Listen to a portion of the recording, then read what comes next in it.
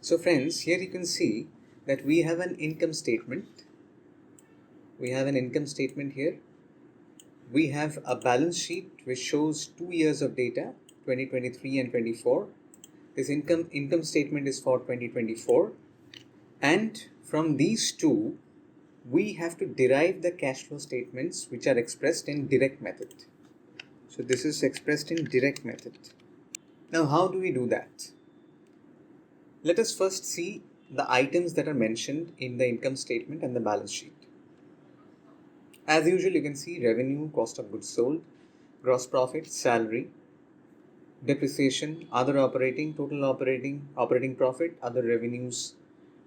Other revenues have been divided into two parts, which is gain on sale of equipment and interest expense, income before tax, tax expense, then net income.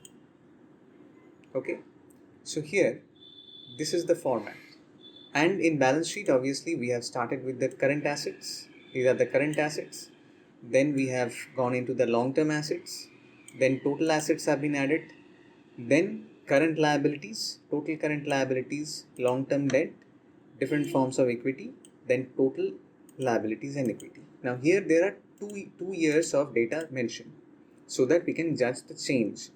Why? Because that change itself is going to help us ascertain what is the cash flow. There is a difference between the cash flow and the income statement. That difference is basically measured through certain net change calculations in the balance sheet for 2 consecutive years. So this is how we do it. Now, in the cash flow statement, you can see there is cash received from customers, cash paid to suppliers, cash paid to employees, cash paid for other expenses, etc., etc. Now we have to calculate them. So first, cash received from customers. This is basically revenues plus decrease in receivables or minus increase in receivables. So you have to first see whether receivables have increased or decreased. Let's see. This is equal to, so this is first, let us write it. Cash received from customers. This is revenue plus decrease in receivables or minus increase in receivables. So here what is the case? Let us see that. In case of receivables, this is 2530 minus 2392. So there is a increase in receivables.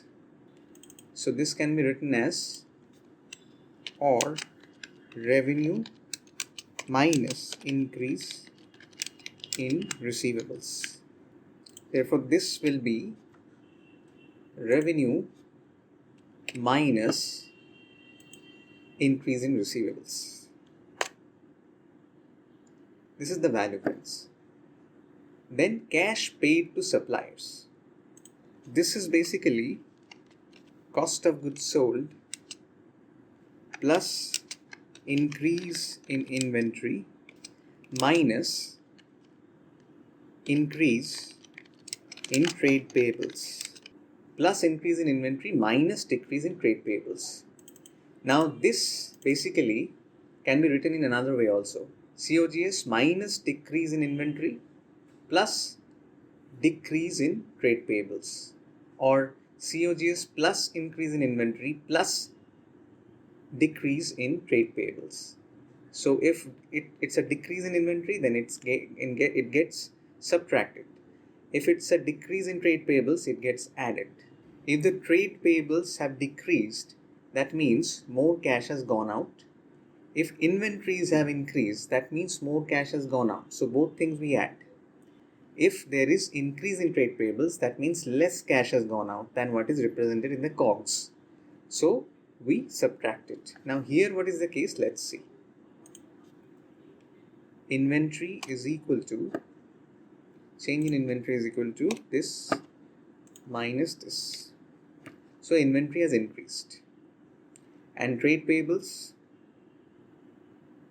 accounts payable, this you have to again check. This is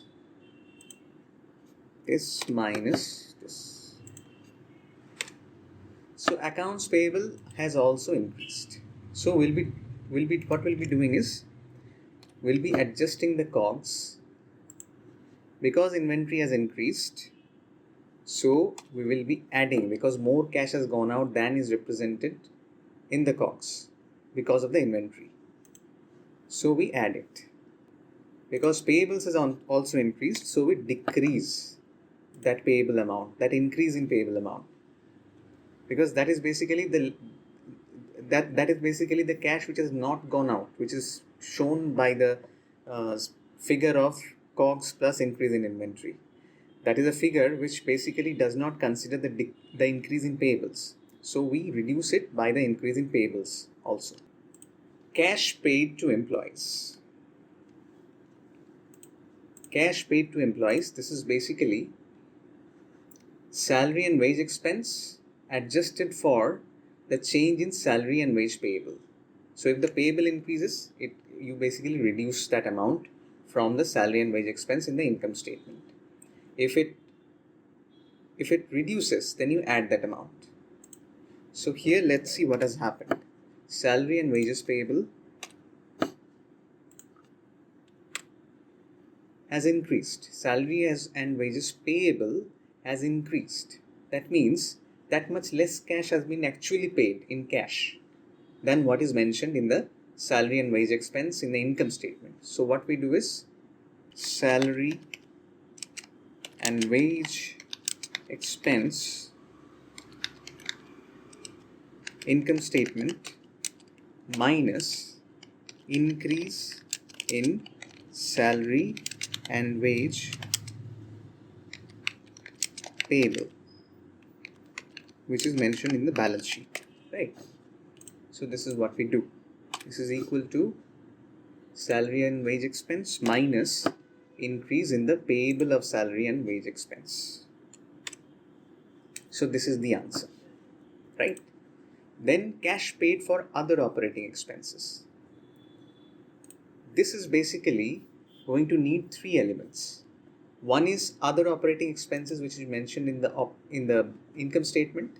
Then we will need the change in the prepaid expenses, this one, and we will need the change in the other accrued liabilities. So if liabilities have gone up, that means less cash has gone. If expenses have gone up, that means more cash has gone.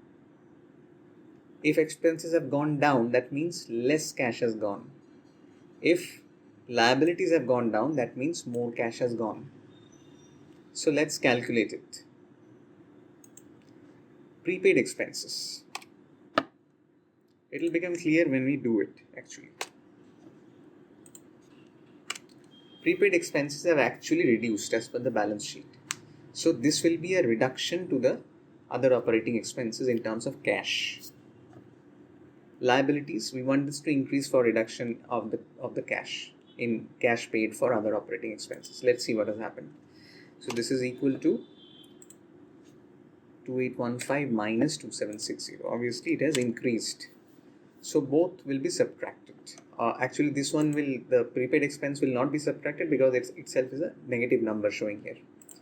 So this formula is given by other operating expenses minus decrease in prepaid expenses.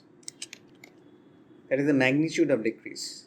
Magnitude of decrease in prepaid expenses minus increase in other accrued liabilities. Increase in other accrued liabilities.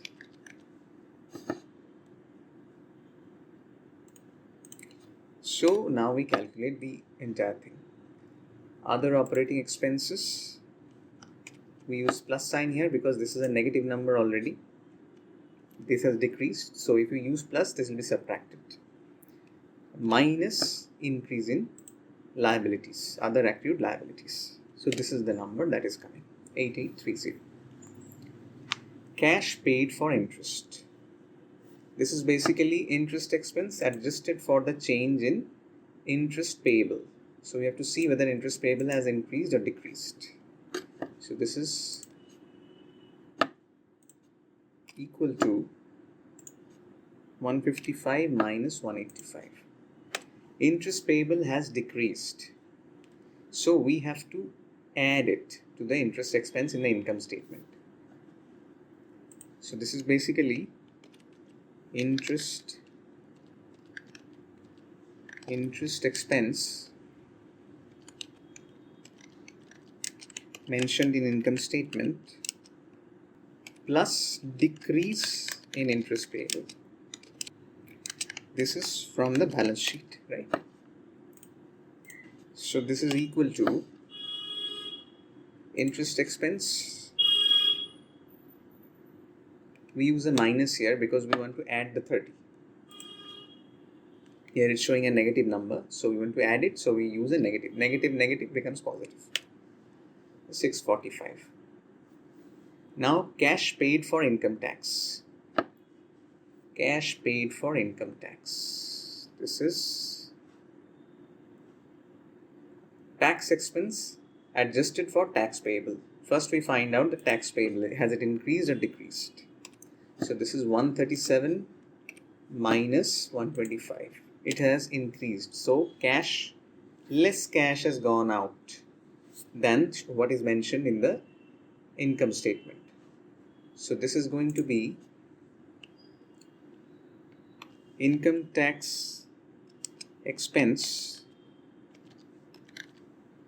that is mentioned in the income statement minus increase in income tax payable. So this is equal to income tax expense minus increase in income tax payable, which is this one. So we have our numbers. Now net cash provided by operating activities. This is equal to cash received minus all the paids. So sum of all these. 6515. This is the cash received from operating activities. Okay, friends. Now we get into cash flow from investing activities. So this is basically divided into two parts: cash received from sale of equipment, cash paid for purchase of equipment. Now how do we measure both? Firstly, we find the historical cost of the equipment. Then we find the selling price of the equipment, and we also adjust it for the depreciation. So friends, now we come to the cash flow from investing activities. Here the first item that is there is cash received from sale of equipment. Now there are certain steps you need to take in order to find it. We have added one note from the purchase of equipment. This is basically found in the notes, and we have assumed the number. Basically, the company has purchased an equipment at $3250. So this is the information. Now, using this and information from balance sheet and income statement, we have to find out cash received from sale of equipment, right? So purchase of equipment happened at 3250, and the ending balance, that is the 2024 balance of equipment, was 31995, right? So value of equipments after selling of the old equipment, this is equal to, if you wrap the text, value of equipments after selling the old equipment and before purchase of the new equipment, this is equal to this value minus whatever value for the purchase of the equipment was, right? This was the value, and the value of the old equipment was, if you want to find this of the old equipment, this is basically The equipment was there at the beginning of the year. So if you subtract this amount, that is without the equipment, whatever the asset item value, total value is, and with the equipment, what the total value is, the difference of that is basically the equipment that is sold, the value, the cost of the equipment that is sold, not the sale price, the cost at which you acquired it. So this is equal to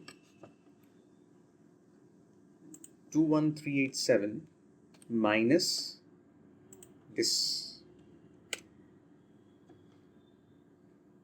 2642.5. This is the value of the old equipment. Now we have the value of the old equipment, or the cost of the old equipment, right, which was sold. Cost of the old equipment. Now what you can do is, you can ascertain the depreciation adjustment to it. Depreciation adjustment. This is equal to change in the accumulated depreciation, which is basically, let us first find this. This is equal to this minus this. So there is an increase of 1380 in depreciation. And in the income statement, there is a depreciation expense mentioned, 2630. So the depreciation adjustment will be 2630 plus 1380. So this is basically the depreciation adjustment. This depreciation adjustment is basically on this equipment only. So therefore, the net cost of sold equipment, or the old equipment,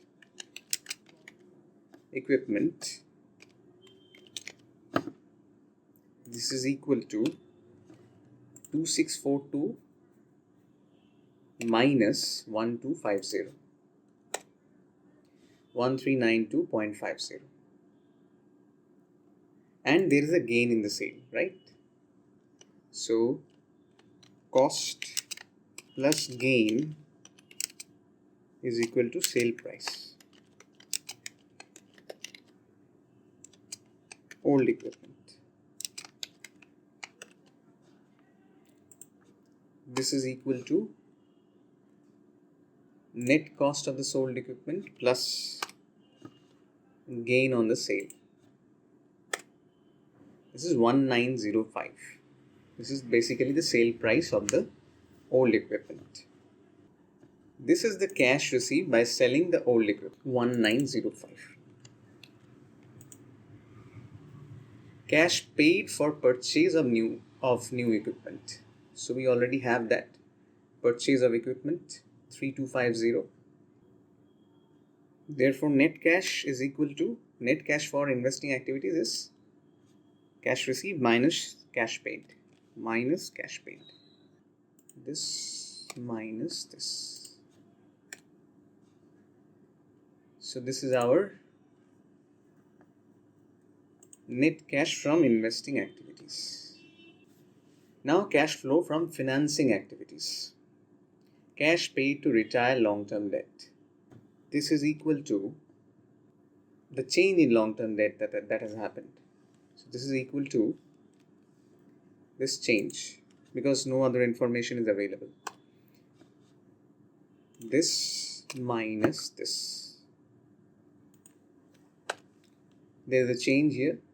So cash paid is equal to exactly this. So this is, we will write it here. This is decrease in long-term debt.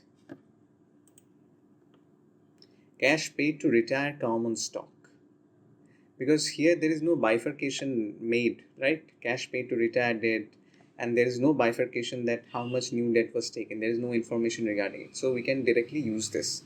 We can use the reduction in long-term debt and put it here. There is no other information available. Cash paid to retire common stock. Common stock was 10,875 and it got reduced. So what was the reduction amount? This is 9,375 minus 10,875. So this is 1500. So this is again same, decrease in common stock.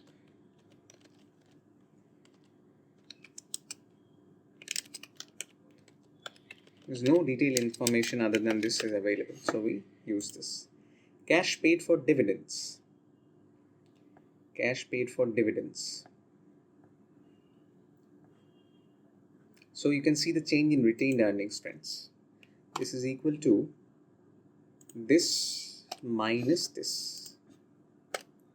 2725. 2725 was the change in retained earnings. So friends, we had made a mistake in the calculation of net income. This is basically income before tax minus tax expense, right? Minus tax expense. This is equal to 5525. 5525. So net income was 5525 and increase in retained earning was 2725. So easily we can find out the dividend, friends. It's basically net income minus increase in dividends, increase in retained earnings. So this is equal to 5525 minus 2725. This is equal to 2800. Therefore, net cash used for financing activities is equal to cash paid, cash paid, cash paid. So this plus this minus this, because this is showing as a positive number, we do a minus of this. So this is the financing activity net cash outflow that is happening. Now net cash increase and decrease. What we have to do is we have to see net cash from operating activities is positive, plus net cash from investing activities is negative, plus net cash from financing activities is also negative. So the net result is 380. Decrease of cash 380. If the figures are in millions, then it's 380 million basically. So let us calculate if the change in cash also reflects that. If this number reflects that, we have done all the calculations rightly. So initial cash is 2907. Final cash is equal to the initial cash plus the reduction of the cash. This is 2527. So this is exactly matching with 2527, 2907. So we have successfully converted the terms. We have successfully converted the terms given in the income statement and the balance sheet and converted them into direct method cash flow statement.